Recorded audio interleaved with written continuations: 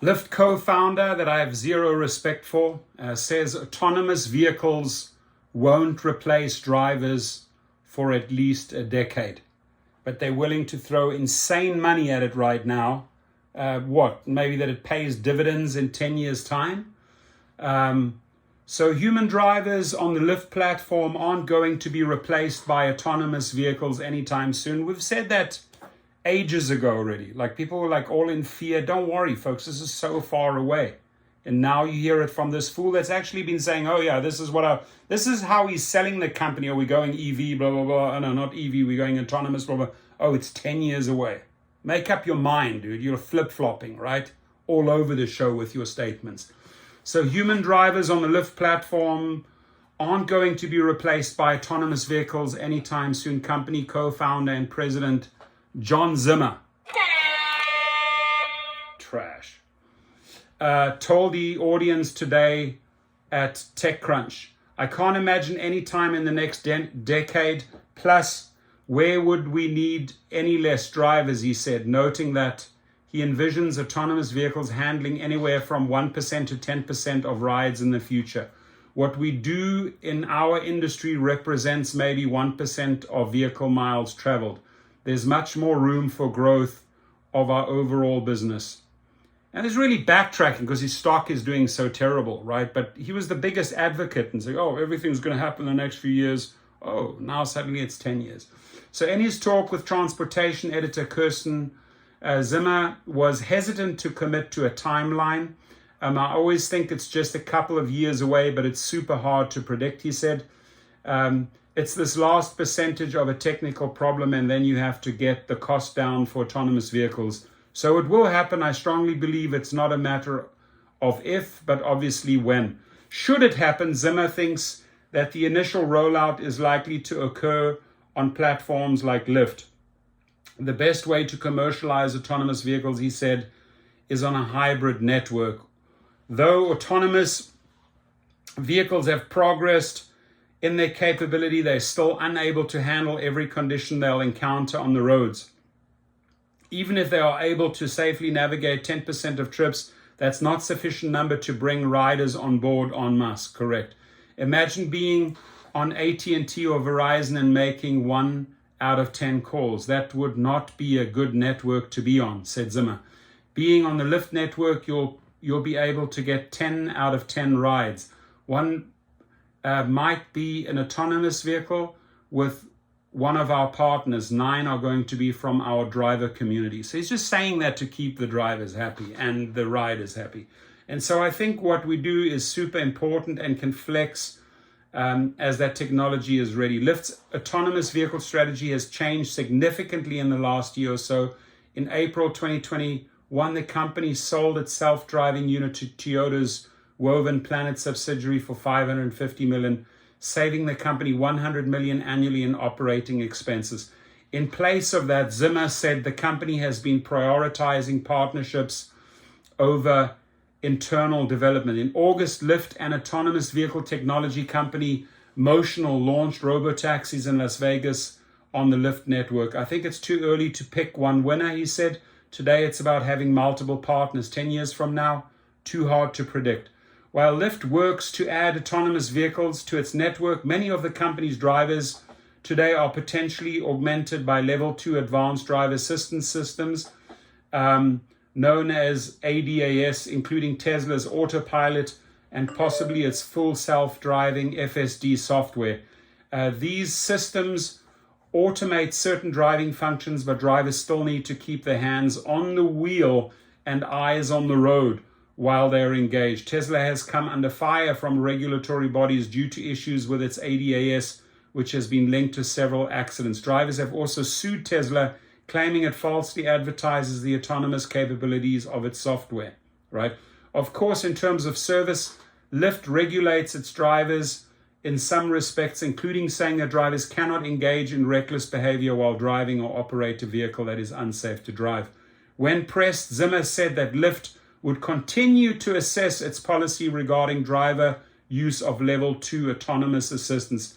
Obviously, driver and rider safety is our top priority, and so to your point, it's something that will continue to be looked at. Now, If you want to know what type of money these people have thrown at this industry, driverless CarQuest has made a bonfire, just burnt up $75 billion. Investment in autonomy has been ultra costly, right? So autonomous vehicle companies and suppliers have collectively spent around $75 billion in developing self-driving technology, with scant sign of meaningful revenue emerging from robocar services after all that cash incineration, just burning up money, right? Just pissing it down the toilet, like literally pissing it down, flushing it down the toilet. And yet they sold us this big pipe dream years ago, and here we have like John Zimmer from Lyft saying, oh, it's 10 years away. Wake up, dude, man. This has spelled disaster for Aurora Innovation, Two Simple Holdings, and Embark Technology, whose shares have each plunged at least 80% this year. It's no wonder Intel just slashed the targeted valuation for its autonomous driving business, Mobileye, to about $16 billion, a fraction of the more than $50 billion it reportedly had in mind 10 years ago. Cruise, owned by General Motors, raised money at a roughly $30 billion valuation early last year in March. GM bought out SoftBank Vision Fund at a price implying the venture was worth around $19 billion. This is what happens when long gestating new technology meets the short patience of public markets and harsh reality of rising interest rates and pissed off drivers. Many of these companies raised tens of billions of dollars long before their technology was proven or their businesses came close to being self-sustaining. The hype of the last decade or so and crash of late is calling into question whether self-driving cars will ever work.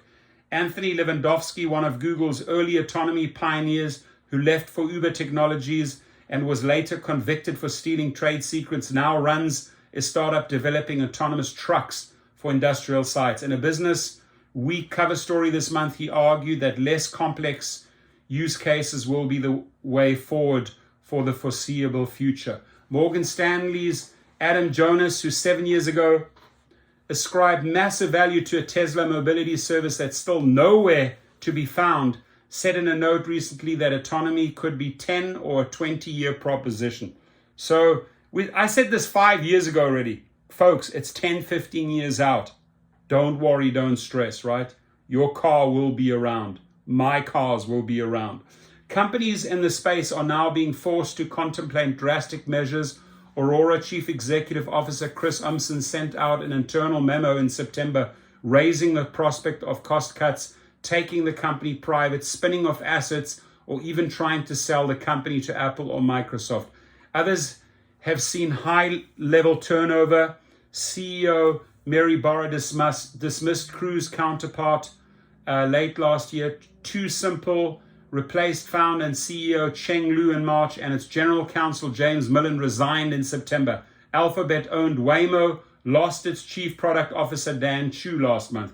While executives and investors alike are in some cases heading for the exits, well-capitalized companies in the space are plowing ahead into new markets and projects. Cruise plans to replicate its San Francisco robotaxi in Phoenix and Austin, Texas.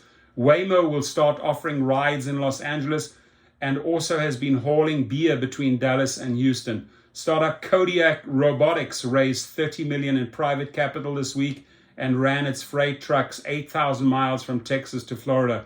While there was a test driver at the wheel, the human ceded to the robot 94% of the time. Kodiak's CEO and co-founder Don Burnett told me, listen, the human ceded to the robot 94% of the time. We're pretty close. No, you're not pretty close. You're damn far. It seems like we always say this. It's a couple years out. It may take even longer, but the market getting the timing of autonomy wrong doesn't mean it will never work. The lesson is that technology, as radical as robotic driving, was always better off in the incubators of daring venture capitalists, not the portfolios of trigger-happy stock traders. There you have it, folks. Nothing to worry about. It's still far, far, far away before they start seeing the money. Don't stress out about this topic. Have a good one.